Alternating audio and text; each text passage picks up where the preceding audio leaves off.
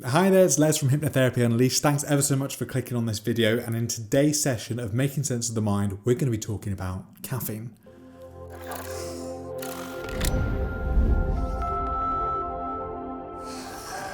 Now, I was absolutely blown away when I found out about what caffeine actually does. And there's all sorts of benefits in regards to mental increases in cognition that people can have through drinking coffee, tea, etc. But when it came to sleep, I was completely off guard when it came to what caffeine can do to our sleep. Now, I was always under the impression that having caffeine from coffee or an energy drink or a soda just gave me more energy. But it did something that's actually a little bit more dangerous. Now, we've spoken on other videos about the idea of being able to block the signals, whether it's emotional or physical, that our brain needs to know about within our brain and body. But this does something slightly different, but also something that's just as impactful, which is when we've been moving throughout the day, when we've been having to do maybe a hard cognitive task, our body and our brain starts to release something called adenosine.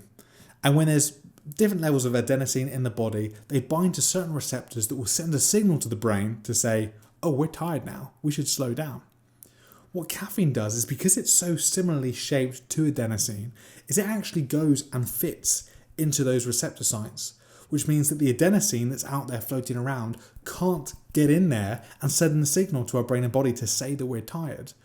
So what this means is, as opposed to being able to give us energy, really it's just stopping the signal that we're tired. And you hear stories all the time, don't you? Normally anecdotal, of people saying, yeah, I just came off caffeine cold turkey and I got these awful headaches. And the truth is that maybe they had those headaches the majority of the time. Maybe they were suffering from all that fatigue all the time. Their brain and their body just never got the signal. So there's some interesting ideas that come around caffeine of the timing as to when we should be drinking it throughout the day. And I found this particularly interesting because a couple of years ago, I went and got my genetics tested. And it turned out, surprisingly, that I was a fast caffeine metabolizer. Now, what this means is I share the genes of around about a third of the world in this department, the fast caffeine metabolizing group. Probably not a fun birthday party. But the truth is that as a fast caffeine metabolizer, this means that I really shouldn't have a cup of coffee within 9 hours of going to bed. It's quite a long time, isn't it? We forget that the half-life of a coffee, the time that it takes to just get half the caffeine out of our system, is around about 5 to 8 hours. So what does this mean for the other 2/3 of the population? Really, it means that we don't want to be taking caffeine within around about 12 hours of going to bed. On the flip side of that, when we wake up first thing in the morning, normally our cortisol, our primary stress hormone, is at its highest, which is generally quite healthy. If we have coffee or caffeine straight on top of that, though, it's going to rise it even more, which means it's going to take longer for those cortisol levels to go down. So normally it's recommended that you would have caffeine normally around about 90 minutes after you've woken up. So something really interesting to think about there. When people say, yeah, but I should be getting great sleep because I have my last bit of caffeine at around about 5 p.m.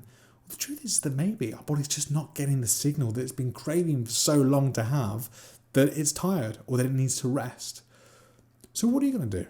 Are you going to change your drinks in the evening? Are you going to just shift the time that you have that last coffee, that last tea, maybe a little bit earlier in the day? Have you quit caffeine altogether? I'd love to hear where you are in your own journey in regards to your relationship with caffeine. And we'll see how we get on from there. Write down your comments below, and I hope you enjoyed this video. Thanks.